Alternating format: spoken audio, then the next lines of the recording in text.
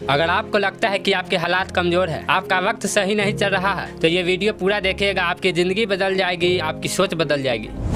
आज मैं बात करने जा रहा हूँ उस महिला की जिनके 2 बच्चे और 1 बच्ची थी, लेकिन दोनों बच्चे जवानी में ही जिंदगी छोड़कर चले गए। उनके पति के भी मौत हो गई, जो अंदर से टूट चुकी थी, लेकिन आत्मविश्वास नहीं खोने दिया।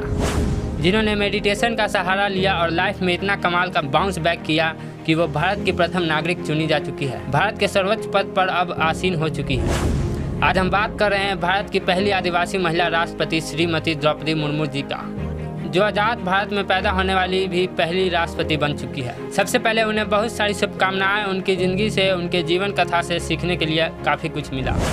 जब वो झारखंड की राज्यपाल चुनी गई थी और राष्ट्रपति भवन में उस वक्त के राष्ट्रपति रामनाथ कोविंद साहब से मिलने पहुंची थी, तो शायद उन्हें अंदाज़ा नहीं होगा कि वह भारत की अगली राष्ट्रपति चुनी जाएगी। आइए बात करते हैं 5 लर्निंग्स फ्रॉम द्रौपदी मुर्मू। सीखने वाली सबसे पहली बात है, हालातों के सामने कभी कमज़ोर ना होना, बल्कि उन हालातों को कारण बनाएं, ताकत बनाएं, ताकि अपनी ज़िंदगी में अच्छा रास्ता देख पाएं, अच्छे रास्ते पर चल पाएं। श्रीमती द्रौपदी मुर्मू जी का जन्म 20 जून 1958 को उड़ीसा के पिछड़े जिले मयूरभंज के एक गरीब आदिवासी परिवार में हुआ। उनके पैदा होते ही समस्याएं उनके स्वागत के लिए तैयार खड़ी थी। उनका परिवार गरीबी में जी रहा था, बहुत कम संसाधनों के बीच में जिंदगी बिता रहा था। उनके पिताजी का नाम बिरंची नारायण टूडू था, जो कि किसानी करते थे। अभाव में, गरीबी में इन्होंने बचपन अपना बिताया, लेकिन अपनी स्थिति को कभी भी अपने मेहनत के आड़े नहीं आने दिया। द्रौपदी मुर्मू जी ने अपने जनपद में शुरुआती शिक्षा जो है उसको प्राप्त की। उसके बाद में भुवनेश्वर के रमा देवी महिला विश्वविद्यालय से ग्रेजुएशन की। पढ़ाई पूरी करने के बाद अपनी बेटी को अच्छी शिक्षा देने के लिए ये टीचर बन गई और एक शिक्षक के तौर पर इन्होंने अपने करियर की शुरुआत की Shri Aurobindo institute of educational centre Rai Rangpur से।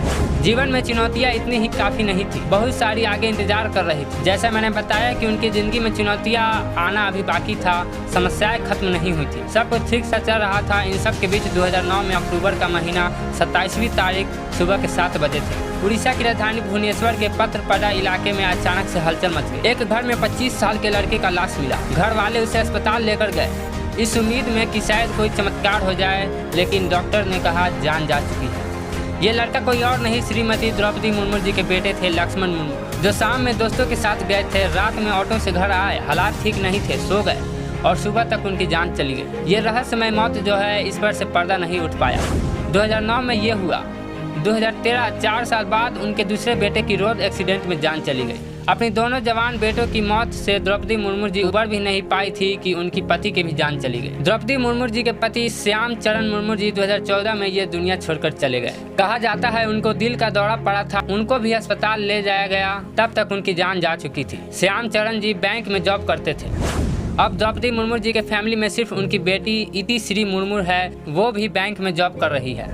द्रौपदी मुर्मू जी जो अंदर से टूट चुकी थी, उनकी जिंदगी में इतना सब कुछ इतना जल्दी इतने कम समय के अंतराल में हो गया था। उन्होंने अध्यात्म का सहारा लिया और राजस्थान के माउंट आबू में ब्रह्म कुमारी संस्थान में जाने लगी। कई दिनों तक मेडिटेशन करने लगी, ध्यान करने लगी, तनाव कम करने के लिए कोशिश करने लगी। उन्होंने राजयोग भी सीखा और उस संस्थान के अलग अलग कार्यक्रमों में हिस्सा लेने लगी और अपने आप को और ताकतवर बनाने लगी।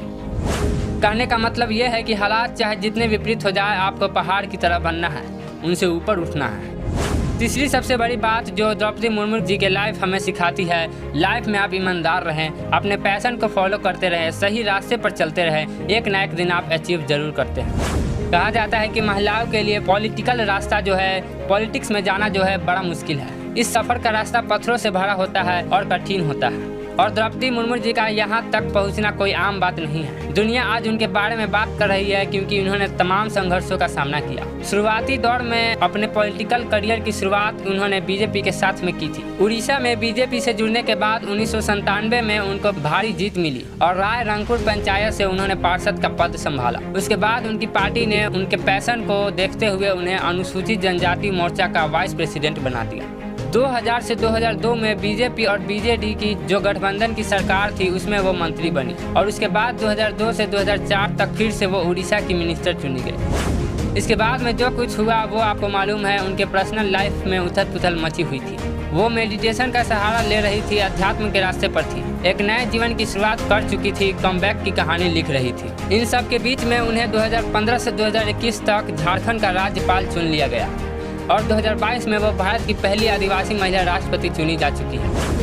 उनका सफर हमें बताता है कि जीवन में आप सही रास्ते को चुनिए, उस पर चलते रहिए, एक ना एक दिन आपको मंजिल जरूर मिलेगी। और चौथी सबसे बड़ी बात वो सिखाती है, अपने लाइफ में अनबेस्ड रहिए, निष्पक्ष बने रहिए। गवर्नर चुने जाने के बाद द्रौपदी मुर्मू जी ने झारखंड स्टेट में संवैधानिक प्रमुख के रूप में पक्ष और विपक्ष दोनों नेताओं की बातें सुनी। जब उनका कार्यकाल था उस वक्त राजभवन का जो द्वार था वो हर संगठन के व्यक्ति के लिए खुला रहता है। बीजेपी की जो पुरानी सरकार थी और जो झारखंड मुक्ति मोर्चा की जो सरकार थी, दोनों ही सरकारों को कई सारे नसीहतें द्रौपदी मुर्मू जी ने दी। बीजेपी की जो पुरानी सरकार थी वो आदिवासियों के हितों को संरक्षित करने वाले 2 महत्वपूर्ण कानून जो है उनमें संशोधन की कोशिश कर रही थी। विपक्षी जो नेता थे, जो पार्टियां थी, उन्होंने हंगामा किया।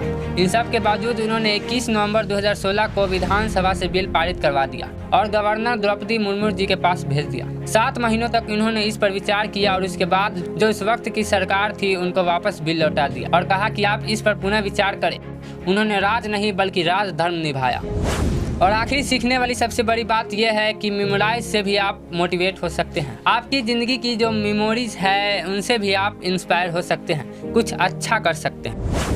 श्याम चरण मुर्मू जी से इनकी कॉलेज में मुलाकात होती है, दोस्ती होती है, दोस्ती प्यार में बदल जाती है और मान मनोहार के बाद 1980 में इनकी शादी हो जाती है। और जैसा मैंने बताया कि दोनों जवान बेटों को इन्होंने खो दिया, अपने पति को भी खो दिया। इनकी ज़िंदगी में वो बुरे लम्हे भी आए, लेकिन इन्होंने जो अपने बच्चों के साथ और अपने पति के साथ जीवन बिताया था, जो खूबसूरत लम्हे थे, उनको संजोने की सोची। द्रौपदी मुर्मू जी जिनका ससुराल पहाड़पुर गांव में है, यहाँ इन्होंने अपने घर को स्कूल में बदल दिया और इसका नाम रखा है श्याम लक्ष्मण सिपुन उच्चतर प्राथमिक विद्यालय। द्रौपदी जी ने अगस्त 2016 में अपने घर को स्कूल में बदल दिया था और हर साल अपने बेटे अपने पति के पुण्यतिथि पर यहाँ जरूर जाती है। अपनी उस याद से भी जिंदगी में मोटिवेट होती रही है और आगे बढ़ती रही है, लोगों को इंस्पायर करते रही है। और जाते जाते एक और बात, एक बार किसी ने एक विद्वान से पूछा कि समाज को आगे बढ़ाने के लिए क्या करना चाहिए, तो इस विद्वान व्यक्ति ने कहा कि एक दूसरे की टांग खींचने की बजाय एक दूसरे का हाथ खींचना चाहिए, मिलकर के आगे बढ़ते रहना चाहिए। द्रौपदी मुर्मू जी का कहानी भी आज यही सिखाता है। एक बार फिर से उन्हें भारत के राष्ट्रपति चुने जाने पर बहुत सारी शुभकामनाएं। उम्मीद है कि हमारे राष्ट्रपति के कार्यकाल में भारत और प्रगति करेगा, निरंतर प्रगति के रास्ते पर चलता रहेगा।